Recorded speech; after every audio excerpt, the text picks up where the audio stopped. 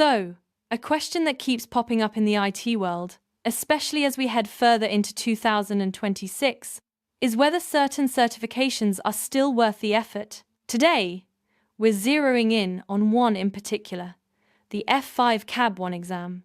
Is it still a golden ticket, or just another line on a resume? It's a great question because things change so fast. But for this one, the answer for 2026 is surprisingly clear. It's not just relevant, it's become a critical gatekeeper. A gatekeeper? That sounds pretty definitive. What do you mean by that? Well, we're looking at the F5 CAB1 exam as the mandatory starting point for anyone serious about big IP administration.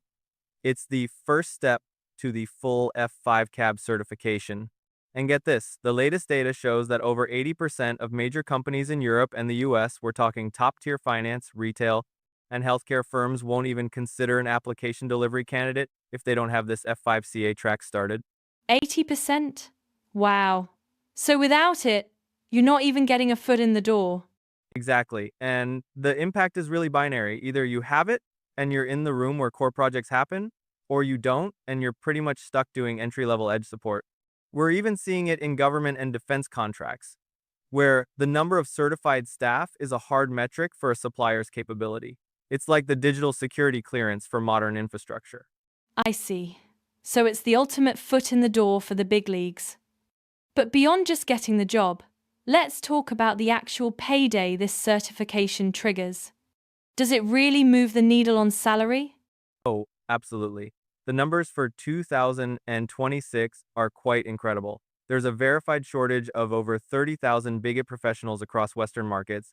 This talent gap has pushed salaries for people with just this entry-level CAB1 certification up by as much as 15% to 25% compared to their uncertified colleagues with the exact same experience. A 25% bump is significant. That's a huge premium for one exam. It is, and it's a total seller's market. Some companies are so desperate for talent, they're reportedly paying for your next 4 exams just to keep you on the payroll. They know the risk of a system outage from an unqualified admin is way more expensive than a few $1,000s in training and bonuses. That makes sense. Right, and here's the real aha moment. This premium exists because F5 systems aren't just networking gear, they're the foundation of business continuity. If an app delivery controller at a bank fails, the entire banking app stops working. That 25% extra pay you get is essentially an insurance premium. The company is paying for the peace of mind that you know what you're doing and won't break the system during a critical upgrade. It makes perfect sense when you frame it like that. You're being paid for the stability you provide. So, with that in mind, is this just a theoretical test? Or does the exam actually prepare you for the real-world chaos of 2026? That's the other key part. It's incredibly practical. The 2026 exam syllabus has been refreshed to focus specifically on cloud and automation. It's not about old school hardware anymore. I see. And what's the barrier to entry like? I know some of these certs require thousands of dollars in mandatory training. That's the best part. It's very accessible. The exam fee is only about $130. There are no forced expensive classes, and it usually takes about 3 to 4 months of part-time study to get ready. F5 even provides the official study guides and video tutorials for free. You're essentially getting a masterclass in modern enterprise connectivity for the price of a nice dinner out. That's a pretty low-risk investment then. Exactly, and the real connecting the dots here is that CAB1 is just the first domino.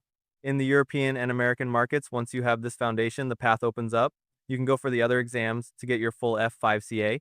From there, we're seeing these specialists end up leading massive traffic optimization projects for 5G telecoms or securing financial applications.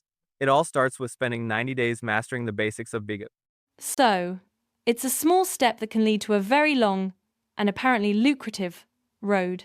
To wrap this up, if someone's on the fence right now, what are the absolute key takeaways they should be thinking about? It really boils down to 4 things. First, it's basically mandatory now. 80% of top finance and healthcare firms in the West require it for their core application delivery roles. Second, there's the salary jump. You're looking at a 15% to 25% premium because of that huge talent shortage. Third, it's a strategic and affordable entry point. It costs around $130, but opens the door to advanced careers in cybersecurity and telco. And finally, it's practical. The new syllabus is all about cloud and automation, so you're day one ready for a modern job.